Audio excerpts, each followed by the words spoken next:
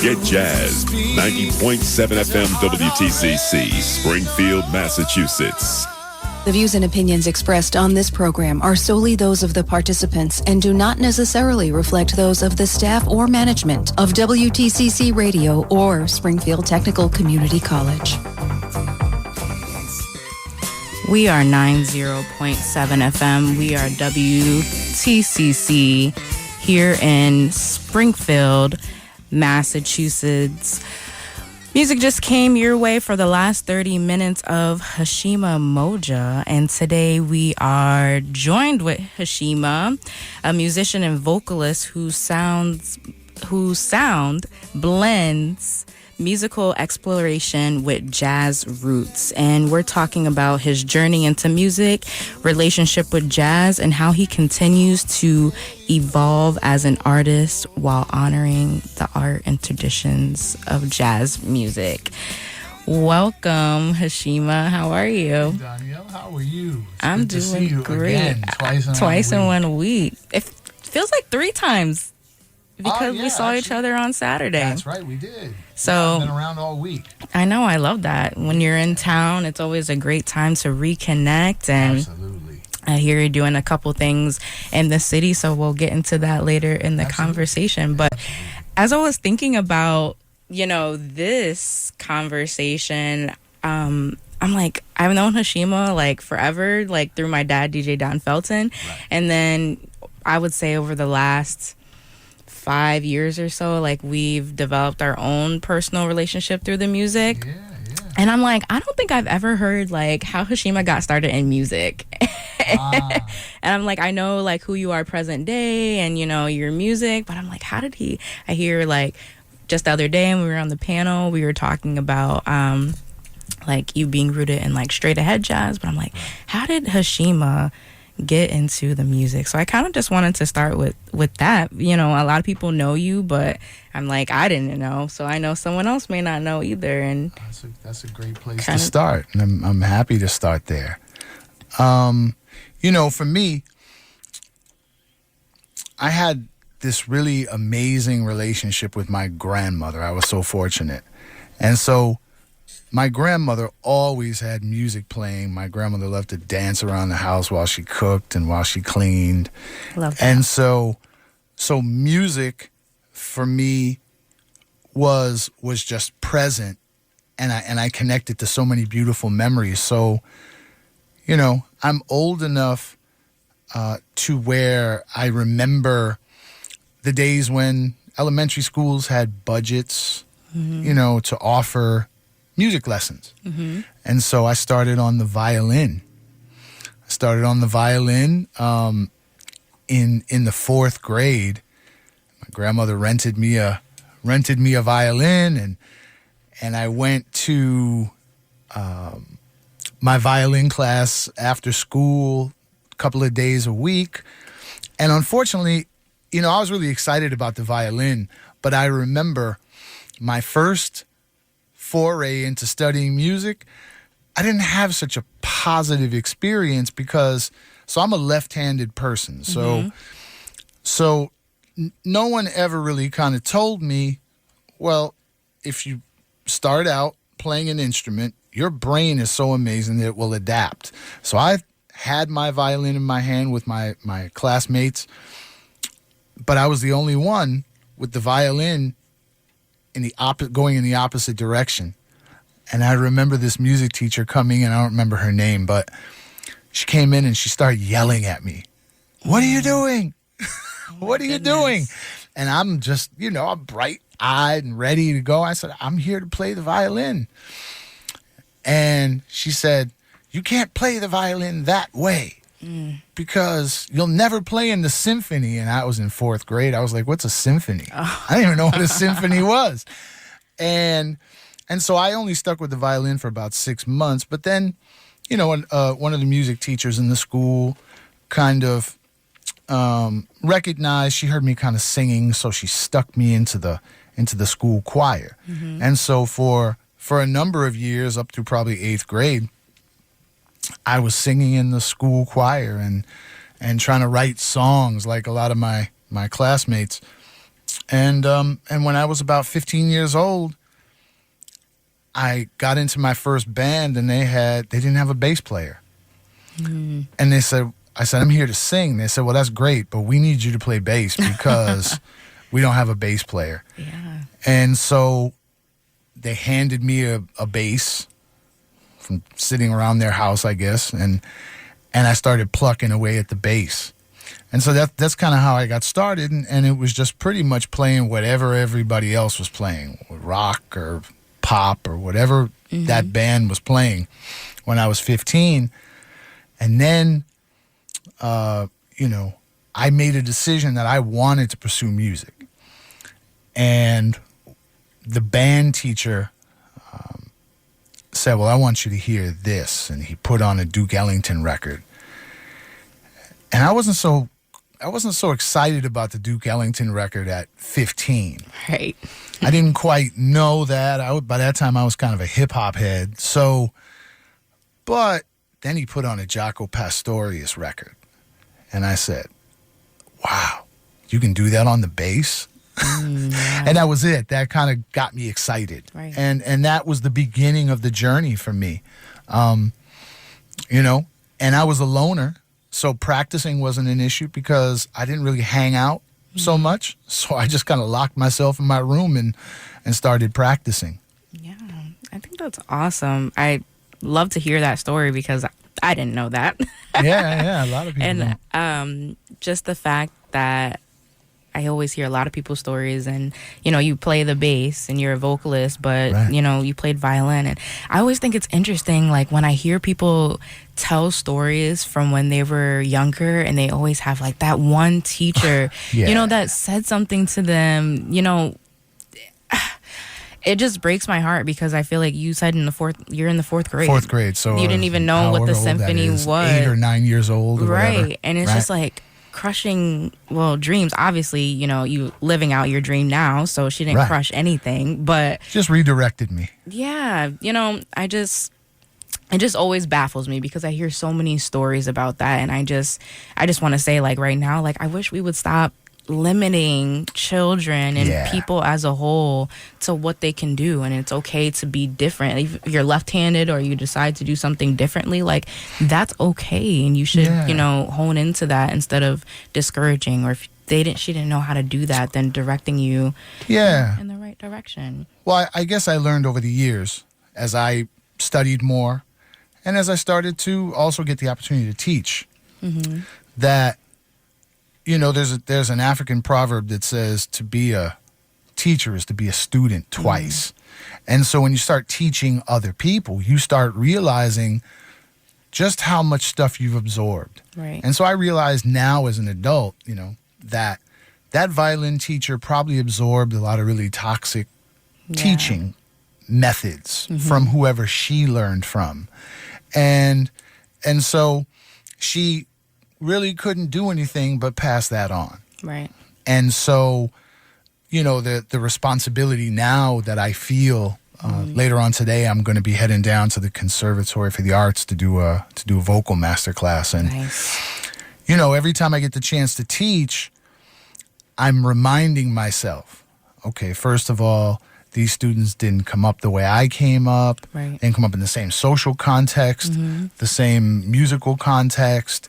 So how do I not project my stuff, right, Yes. onto them? And in kind of edu-speak, it's called fear-based teaching. Some teachers, although it's kind of a strange concept to me, because I want all my students or anybody who studies with me to go further than me. Right. But a lot of people don't want to see people surpass them. And so a lot of times there's this idea of breaking them down in order to keep them from really having the confidence to move forward. And so that's probably what she Right. Was you know, experiencing. was experiencing as a teacher at that point in her life. Right. She's just doing the best she was doing the best she could knew do. how. Yeah. Yeah. And I think that's great, that you know that lesson now, and as an educator,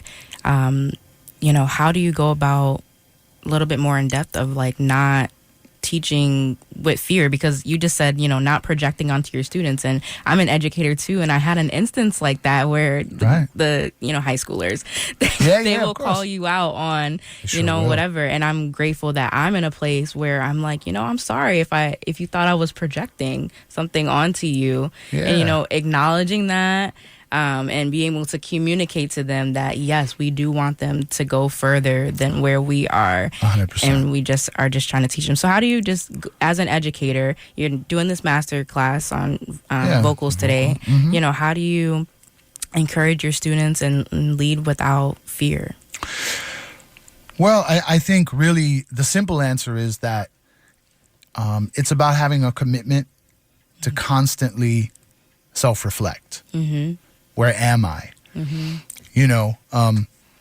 I'm a business, right? So as an independent artist, as a composer, as an educator, everything that I do is my business, right? I am the brand. Yep. Well, for me, as little as I know about business, I know that every successful business or corporation periodically has reviews. They do employee reviews. They do organizational reviews. They do board retreats. They do all these types of things. So for me, it's about having a practice, a lifestyle where I make time to check in with myself and to check myself. Yep. Right? And so, that self-reflective part of who I am, which comes kind of easy to me. It doesn't come so easy to everybody, but it comes easy to me. After every workshop, after every class, I check in with myself. Was I effective? Did I really reach that group or that person? And if there was some rub, was I the cause of the rub, or was it a student's trauma that was bubbling up? Yeah. Right? And if it was their trauma, did I miss an opportunity, or did I capture an opportunity to really help them work through that? Yeah. And sometimes I do it, and sometimes I miss the mark. And then all I can do is what you just did. You just talked about. I can only go back to that student or that group and say, "Hey, listen, I don't think I quite did what I set out to do." Right. I'm sorry about that, because when it comes to teaching, like anything, the relationship, the trust that you work to build, it doesn't take much to ruin that trust. Yeah. So it's really important, for me, that I maintain the trust, the integrity of my relationship. And I've had some rough teachers coming up. The jazz tradition in particular is kind of known for being a rough taskmaster and on-the-job training, sometimes ruthless kind of way of learning. Yeah. And some of those things were very beneficial for me, but again, my personality is different. Right. Everybody can't handle that type of instruction. So I think, it's really getting to know the people that you teach. Absolutely. If you're fortunate enough to do it on a kind of a regular basis, Right. and you have a relationship with them. Yeah, I think that's awesome. And, as we're talking about you as an educator, kind of going back into the music, tell me a little bit about some, we were in conversation about what is jazz, the other day. And tell me a little bit about some musicians or albums or mentors that have really influenced you as an artist in the jazz culture. Yeah, well, I would say as a general kind of influence, just because this individual kind of moves through lots of worlds. Yeah. Joe Salins was the first individual when I was 18, a classmate of mine. So I was in my first semester of college, and a classmate said, "This guy needs a bass player, and I think you'd be great." for a studio session. And I went, and she introduced me to Joe and to Ricky Marshall and kind of that circle of people who are now kind of like big brothers to me. But so Joe was the first person who gave me that opportunity to record. We recorded on an album that Joe was putting together at that time. So this would have been 1988 or 89. So Nelson Mandela wasn't out of prison yet. And so he was doing an album called Mandela, Prince of Peace. And my kind of area of passion of study is Africana studies. And so I was like, yes, I'll do it. And then he started taking me on the road. So that was a big influence for me and a big opportunity for me, because I didn't just learn about music from him. I learned, as he was kind of talking about his teachers and mentors the other day in his book release, I learned the non-musical things that can either lead to a successful musical career or, if you don't adapt these practices, can really, really tank you. Yeah. And so he taught me life lessons. And then Avery Sharp has been, for me, a mentor since I was about 23, when I got a call to record on one of his, I think it was his second solo album, called Thoughts of My Ancestors. And so that's led to a long association and going on the road with Avery and recording with him. But I would say that outside of personal relationships,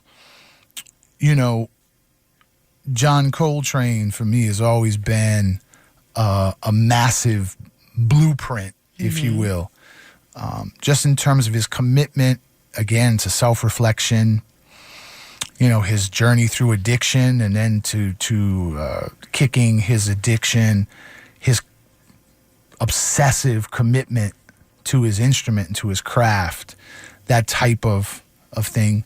And then I'd say Quincy Jones, for me, I think he is the blueprint for so many people. So those are a few of the people. I love that. Yeah. And I was couldn't play all of it, but playing, some music from The Awakening and from the Healing Suite, and then you have the intimate sessions, and kind of just want to talk about like how your music continues to evolve, and maybe what's in store next. And yeah. Well, so when I coming from the straight ahead background, my first album, The Awakening,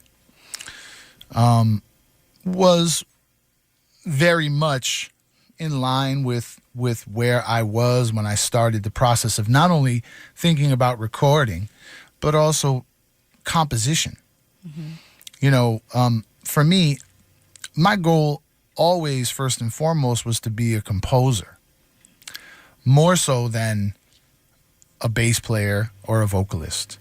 I mean, I love those things. Yeah. But I kind of really fell in love with the idea of being a composer very early on in life. And so that was my first foray into composition. Okay. And so it's influenced, that the influence is, for those who really enjoy straight ahead, they'll hear some of the musical references in the ways that I was composing at the time. They could probably tell that I was listening to a lot of Thelonious Monk, and I was listening to a lot of Charles Mingus and a lot of John Coltrane. And so, but then, as you go out into the world and you start trying to make a living, then obviously you're engaging with lots of different styles of music. And I had started to do a lot more work in what was then called world music. They call it global music now, right? But music from the African diaspora, Afro-pop, Indian classical music, Afro-Latin music, all that. And so in between The Awakening and the Healing Suite, there's a 7 or 8 year gap. But there was actually an album I did which didn't go so far in the States. It was called Round and Round, and it was more of a vocal album. It was more of a soul album. And I don't think I was ready to deal with that then. I just was really like committed. My heels were dug in about being a jazz musician. But then when I started writing the Healing Suite, I started writing that in the middle of the global pandemic. Yeah. And so first of all, me being locked away in my apartment with my roommate, and then also thinking about, what does this mean? I never am naive enough to believe that things just go back to the way they were after an event. So I knew that after the pandemic, life wasn't going to be the same. Right. And, in my travels and in my connections with people, I spent a lot of time building my own self-reflective practice, but also learning from masters who would be considered healers in their own traditions, and in their own ways. Indigenous practice, diasporic practices, all those types of things. And so I realized, like myself, that so many people were hurting. And so then the shift or the focus is no longer just entertainment. It's how do I really use music for what it was originally used for, which was to heal, to reconnect people who are now separated by physical distance or at least in theory separated from themselves and from each other. And so the Healing Suite started out with this vision of grandeur. I was going to write this big, you can kind of tell by the word suite that I was thinking I'm going to write all these big orchestrations. And I had been writing a chamber orchestra piece at the same time. It was a commission that somebody was commissioning me to write. So my head was in this orchestration space. But all of a sudden, as I started writing the Healing Suite, it just emerged as something else. Yeah. And it emerged as kind of a way of expressing all of the fear and the pain and the hurt and the hope of what it means to move past a traumatic event like the pandemic. And so the Healing Suite became this exploration of what it means to heal and what it means to move beyond. What do you do after healing? Right. Do you just get stuck in healing? And I think sometimes, in our society, we spend a lot of time talking about trauma and a good amount of time talking about healing. But as one of my collaborators on the album talks about, Judith Govea, who's an amazing healer, we have to build a new nervous system in order to start to move ourselves beyond being defined by trauma and now redefine ourselves based upon the new vision of ourselves that we want, the thing we want to become or the thing we want to express. And so that was the Healing Suite. And then for me, the intimate sessions came out of a relationship, honestly, with somebody who I cared for deeply, but who was dealing with some unresolved trauma, which led to a lot of anxiety. And so we said earlier, I'm a bass player and a vocalist. Well, as a composer, I can get around on the piano. Yeah. I wouldn't consider myself a pianist. But the only thing that would calm her was piano. So every time she was being triggered, I was sitting down at the piano and creating these short little pieces, just long enough to kind of help reset her autonomic nervous system. And even though the relationship didn't last, after the relationship, I had all these pieces of music, and I said, I should do something with these. Absolutely. And so, because maybe they'll help someone else. Yeah. And so that was me sitting by myself in the recording studio with the engineer and recording those pieces. And surprisingly, lots of people responded to the album. I love that. You know, so it's really been this shift from just entertainer. You know, and jazz is kind of known. We think about jazz, we think about people taking solos and trying to show everybody how you know, prolific they are on their instrument, but moving into this place of using whatever style of music we're playing as a tool. Yeah. And so that's kind of the direction I've been steadily moving in, and now I'm working on the project for this year, which is called Radical Imagination. And so that's the work of imagining what life is like beyond healing and beyond trauma and beyond chaos and all of the things that we're dealing with, and how can we spark our own imagination to begin to envision the world. You know, there's a great social theorist, not to get too deep, but by the name of Buckminster Fuller. And Buckminster Fuller always said that we don't overcome or defeat systems by challenging them. Instead, we create new systems that make the old systems obsolete. So we create new worlds, and we basically sidestep, you know, the idea of having to live with, accept. I'm not one to accept injustice. Some people are very good at that. I'm not so good at that, so I fall into the category of a person who really wants to create new things that make the old things obsolete. And so Radical Imagination is an album that I'm working on now. I'm in the composition stage, and it really is drawing on the influences of all of the amazing thinkers and artists that have influenced me to imagine what a new world not can look like, but will look like as we do the work to create it. Absolutely. Heshima, I just got to play these PSAs. Please, and we'll continue play those PSAs. the conversation. Absolutely. You are tuned into 90.7 on your FM dial, and we are having a conversation with Heshima Moja on jazz music and how the music can heal us as a collective. Keep your dial set. We are 90.7 FM. We are WTCC here in Springfield, Massachusetts.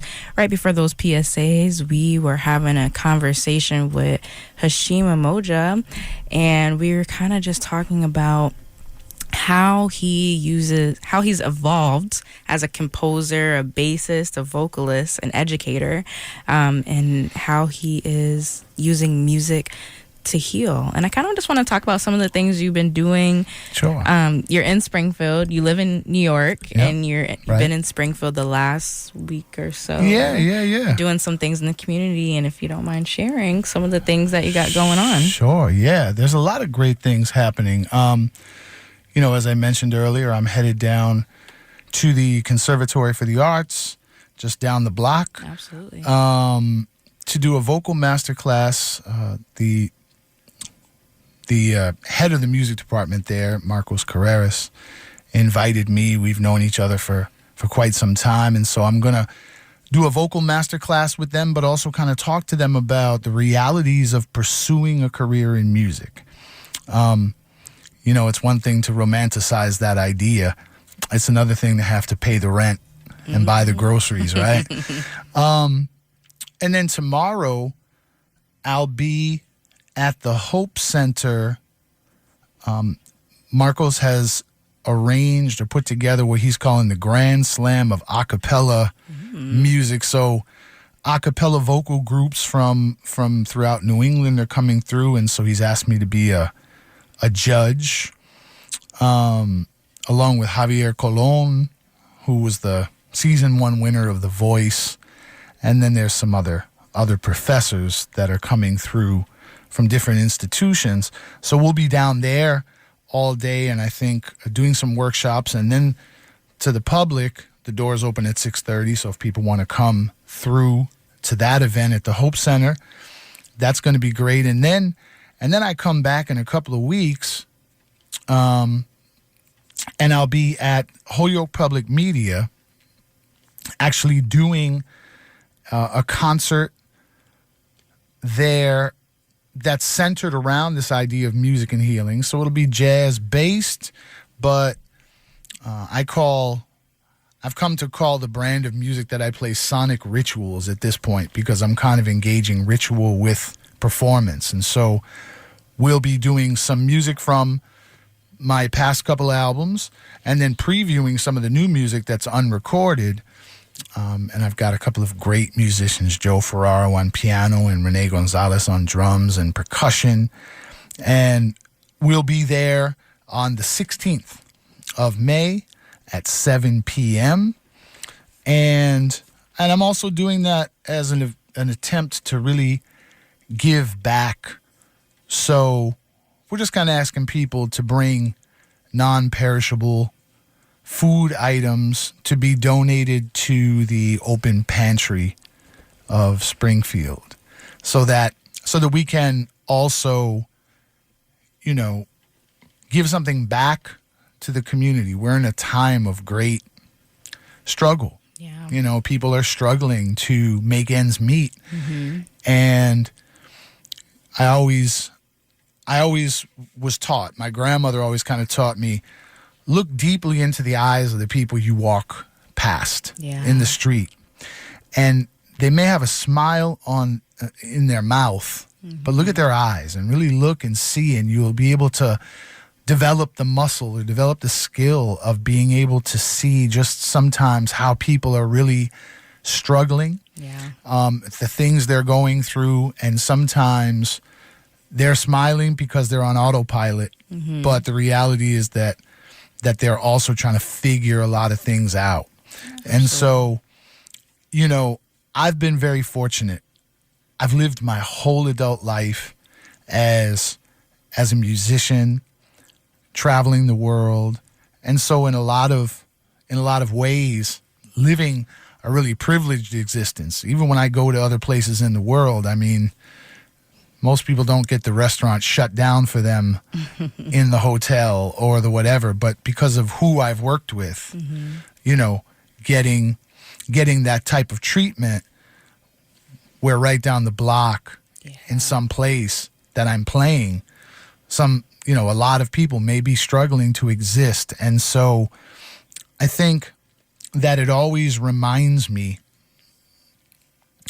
there's a great composer and cellist, which some people may know, but if you don't, his name is Pablo Casals. He was a great cellist and also philanthropist who helped to found the Children's Symphony of Puerto Rico and La Escuela Libre.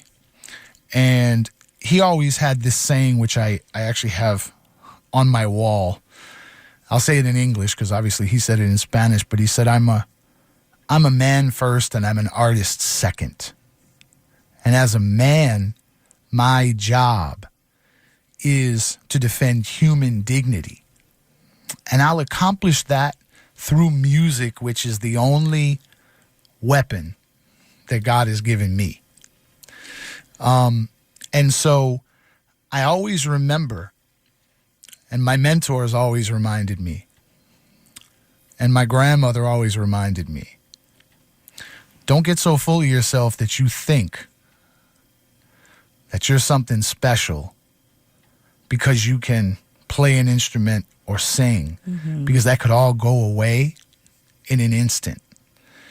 And so thinking about my responsibility as an artist to give back, to really project and embody the ideas of empathy and compassion in a time where it's so easy to become bitter or cold or uncaring.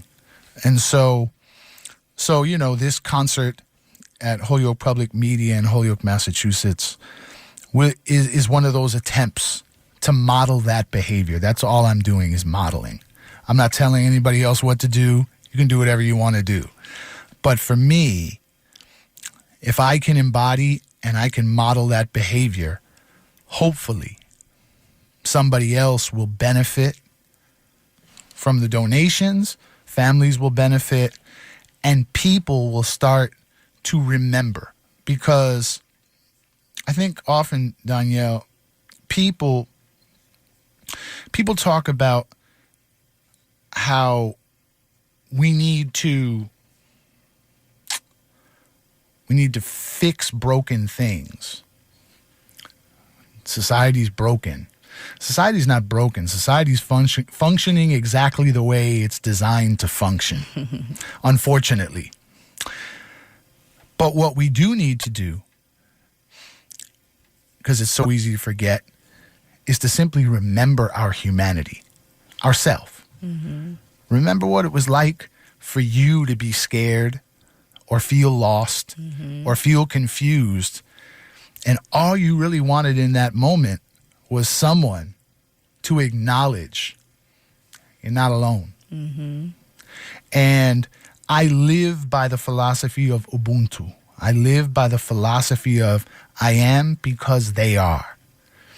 So the connection, the interconnectedness of all living things, for me, is a fundamental belief and a fundamental practice, right? Because it's not just believing. Belief doesn't mean anything if we don't do anything about the belief. But the practice of knowing that we're all connected. And so if we're all connected, it is, for me, unconscionable to think that I could be sitting down to have a plate of food and look over next to me and see someone else being hungry and not share the food. Right. Or, you know, as my friend and colleague Iaba Mandingo would say, how could I go fishing, catch 5 fish, and my friend didn't catch any, and I say, hey, see you tomorrow? For me, that's just not the way I'm built. Right. And because I was raised in a different way. And so that being said, you know, using art not just to address people's traumas, but to really meet the practical needs, you know? And so this concert on May 16th at Holyoke Public Media will be just that. So I'm inviting everyone out to bring some non-perishable goods and to enjoy some music and to connect with some people that you may never meet otherwise. Yeah, I think that's so amazing, and I'm glad that you are using music for healing and continuing to expose people to things that they may not even have come across. So thank you so much. I appreciate you for taking some time out of your day to come up here. Well, thank you for having me. Of course.